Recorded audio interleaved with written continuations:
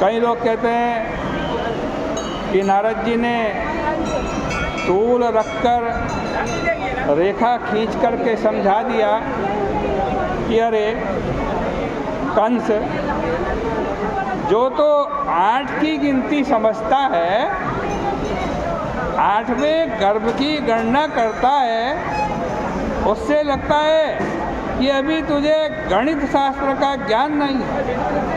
यह सृष्टि तो ऐसी अनिर्वचनीय है कि यहाँ 1 8 हो जाए और 8 कब 1 हो जाए।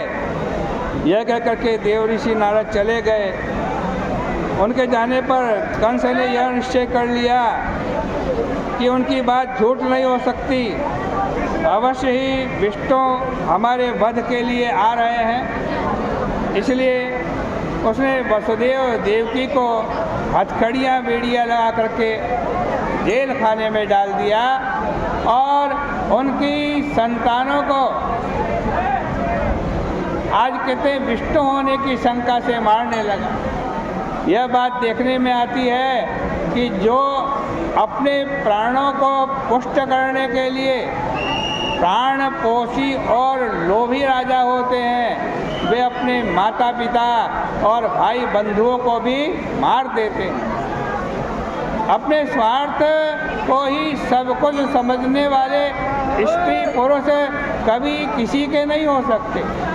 लोभी पत्नी अपने पति का धन चुरा लेती है और लोभी पति अपनी पत्नी के लिए कुछ नहीं छोड़ता। यह लोभ ऐसा दुष्ट है कि इसके वशीभूत लोग अपना पराया कुछ नहीं समझते। कंस जानता था कि मैं पूर्व जन्म में कालनेमी था, विष्णु ने मुझे मारा था और वही मैं कंस के रूप में पैदा हुआ हूँ, इसलिए वह यदुवंशियों से विरोध करने लगा। इसके बाद कंस ने अपनी पुलिस से कहा कि तुम हमारे पिता राजा उग्रसेन को गिरफ्तार कर लो, लेकिन पुलिस ने जवाब दे दिया कि यह बात हमारे बस की नहीं है। वे राजा हैं, तुम राजकुमार हो, तुम्हारे कहने से उन्हें कैसे पकड़े। फिर कंस ने फौज से कहा तो फौज ने भी मना कर दिया। एक भी आदमी ऐसा नहीं मिला जो कंस के कहने पर उग्रसेन को पकड़ ले। स्वयं निगृह्य वजे घोरसेनान् महाबलः। कंस इतना दुष्ट था, वह स्वयं अपने हाथ में हथकड़ी बेड़ी लेकर अपने बाप के पास पहुंच गया।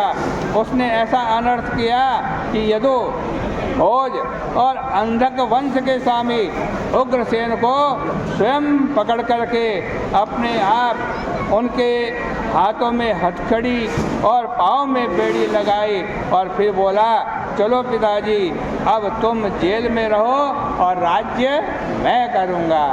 आज की चर्चा का यहीं विराम करते हैं। बोले कृष्ण कन्हैया लाल की जय।